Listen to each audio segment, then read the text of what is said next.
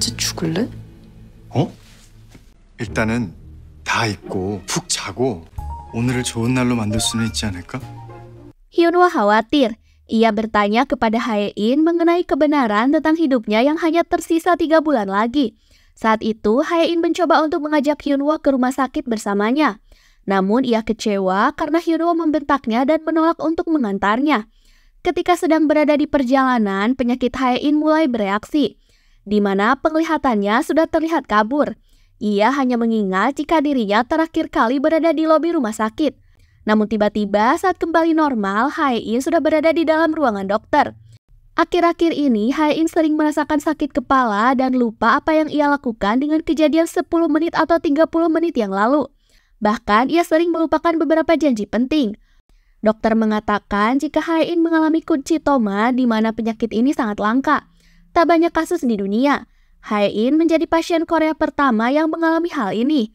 Sel-sel tumor menyebar di saraf karnialnya, terutama di dekat lobus temporalnya. Ini yang menyebabkannya sering hilang ingatan. Dalam keadaan memburuk, pasien bisa mengalami halusinasi dan gangguan kepribadian. Saat dokter sedang menjelaskan, gejala penyakit Hae-in kembali muncul. Penglihatannya seperti berada di tempat yang dipenuhi dengan salju. Untuk penyakit ini, dokter memastikan tak ada solusi medis apapun sampai saat ini. Ia hanya bisa memberikan obat untuk meredakan gejalanya, karena penyakit ini tak dapat disembuhkan. 의사가 정확히 뭘 했는데? 까지 증명된 의학적인 방법은 없습니다. Hae-in marah dan tak bisa menerima takdir tersebut. Selama ini, ia sudah begitu menjaga tubuhnya. Mengapa dari semua orang harus ia yang mengalami penyakit ini? Hyunwoo mencoba menenangkan Hae-in. Hyunwoo berharap malam ini ia bisa istirahat dan melupakan semuanya. 병에 걸릴 수 있다 쳐. 근데 왜 치료를 못해? Hyunwoo tak mengerti dengan emosinya, karena ia mulai berpikir jika dirinya tak perlu bersusah payah untuk bercerai dengan Hae-in, karena ia akan berpisah dengannya dalam waktu 3 bulan. Perasaan senang ini memang sangat tak pantas. Ia mencoba untuk memperlihatkan raut sedih dan menangis.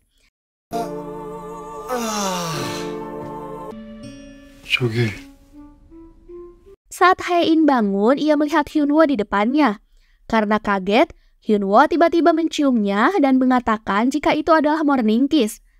Hae-in kecewa karena Hyunwoo terlihat tidur nyenyak dan terpancar bahagia. Sedangkan ia sepanjang malam merasakan gelisah. Hae-in meminta Hyunwoo untuk merahasiakan penyakit ini dari keluarganya. Ia menganggap keluarganya akan mengusirnya dan mengincar seluruh asetnya. Ia pastikan hal itu tak akan terjadi. 엄마는 뭐 크게 다를 것 같아? Sochul melaporkan kepada kakeknya jika bisnis peluncuran kopi organik telah gagal mencapai kesepakatan. Ketua tak terima akan hal ini. Sochul tak becus dalam melakukan hal apapun. Bahkan tanpa bantuan Hyunwoo saat itu, ia akan kehilangan uang 8 miliar won. Amarah ketua membuat ia mengalami serangan panik dan tak sadarkan diri. 당신 할아버지예요. 염라대왕 아니고. 입이 있으면 말을 해봐 이마! 말을 해봐 이마! 말을... 80억? 아니 꼴랑. Ibu Hae-in sangat marah mengapa Hyunwoo tak bisa dihubungi saat putranya mengalami masalah. Ia juga menyalahkan Hae-in terkait masalah yang dialami oleh Sochul.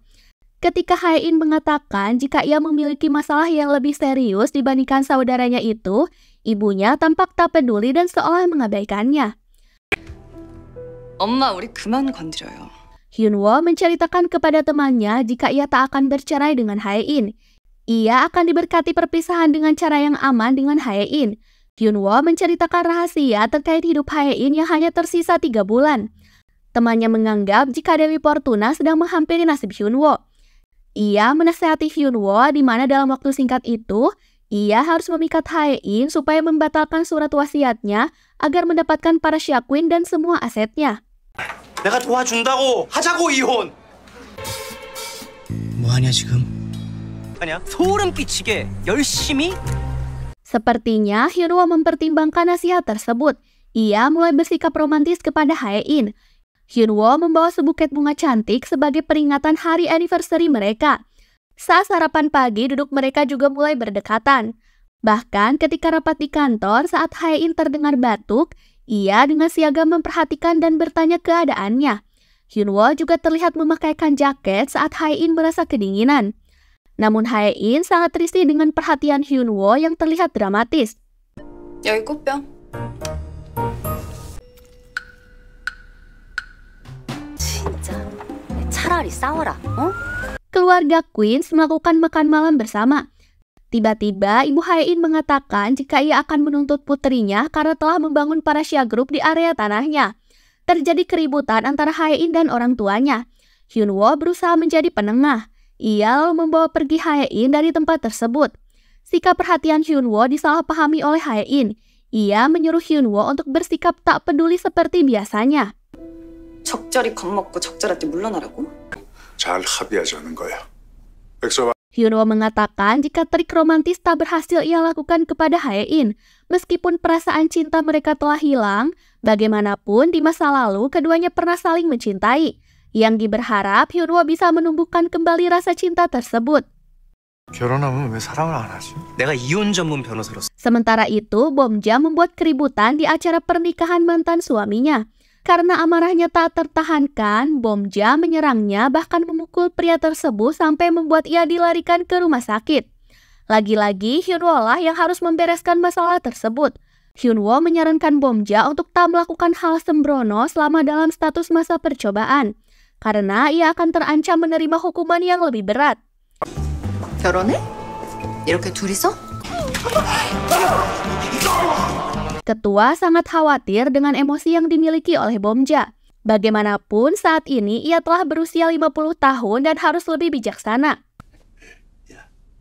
범자야. 언제나 천일을 지. Bomjun menasihati Sonhwa. Ia berharap agar istrinya tak terlalu kejam kepada Hae-in. Ia tak ingin Sonhwa terus dihantui oleh masa lalu mengenai kematian Suan. Bagaimanapun kematiannya bukan diakibatkan oleh Hae-in. Sonhwa mengerti. Namun ia merasa dirinya selalu dihantui kejadian menyedihkan dan menyakitkan itu setiap waktu. Jadi jangan berharap sikapnya bisa berubah kepada Hae-in. 여보, 혜인이한테 그러지 마. 안 하고 뭐 하는 거야? Hae-in melihat Hyunwoo yang tengah ketiduran di meja kerjanya. Hae-in menemukan riwayat artikel yang dibaca oleh Hyunwoo terkait penyakit langka yang bisa sembuh secara ajaib. Ketika Hyunwoo terbangun, Hae-in mengatakan jika ia sempat mencurigai Hyunwoo, yang ia kira akan senang saat mendengarnya sekarat. Bahkan ia menduga Hyunwoo mempunyai motif tersembunyi. Namun saat melihat artikel yang ia baca, pikirannya seketika berubah. Setidaknya keinginan Hyunwoo yang ingin ia sembuh bisa membuat ia memiliki harapan baru. Hae-in akan bekerja sama dengan peneliti untuk melakukan riset. Banyak laboratorium yang mengembangkan obat baru. Hae-in akan mendukung mereka dan memberikan banyak dana untuk mempercepat proses penemuan tersebut. Hyunwoo gemetar karena yang ada dalam benaknya tak seperti apa yang dipikirkan oleh Hae-in. 그런다고 하면 당신 속으로 좀 좋아하지 않을까? 이런 당신 보니까 힘이 좀 나는 것 같아. Hae-in menghadiri acara perjamuan Hersina. Diketahui dalam acara tersebut akan dihadiri oleh beberapa investor terkenal seperti David dan Herman. Kabarnya mereka memegang kendali atas minyak di Timur Tengah. Mereka berencana untuk berinvestasi senilai 2 triliun won di Korea.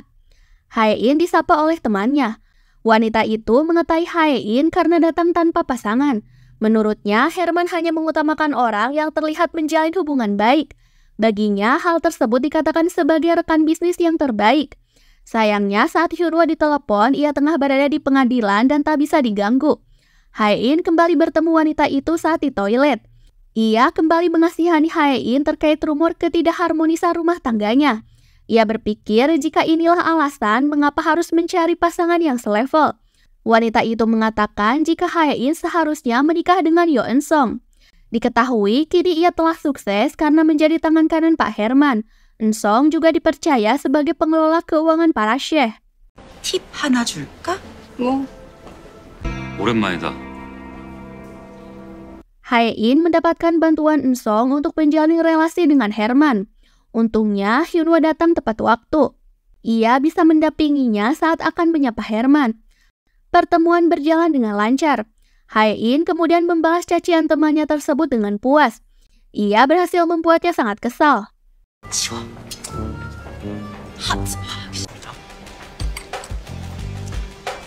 Eun-song mendekati Hyun-woo. Ia memperkenalkan diri sebagai orang yang pernah dekat dengan Hae-in. Bahkan ia mengatakan jika Eun-song pernah menyukai Hae-in. Namun Eun-song merasa heran dengan sikap Hyun-woo yang tampak tak terusik dengan perkataannya. Saat kembali dari toilet, Hyun-woo sedikit cemburu karena melihat Hae-in tampak akrab dengan Eun-song. Eun-song diketahui pernah masuk Wall Street dan disebut sebagai jajaran orang terkaya. 너무 믿든가 아니면 상관없든가. 진짜 짜증나는 자식이네. Setelah Son-hwa mengetahui hal ini dari Grace, ia meminta Hae-in mengundang Eun-song ke acara perburuan keluarga. Ia awalnya menolaknya. Namun saat ibunya mengatakan jika ia akan mencabut gugatannya, Hae-in segera menjemput Eun-song dengan helikopter menuju tempat perburuan.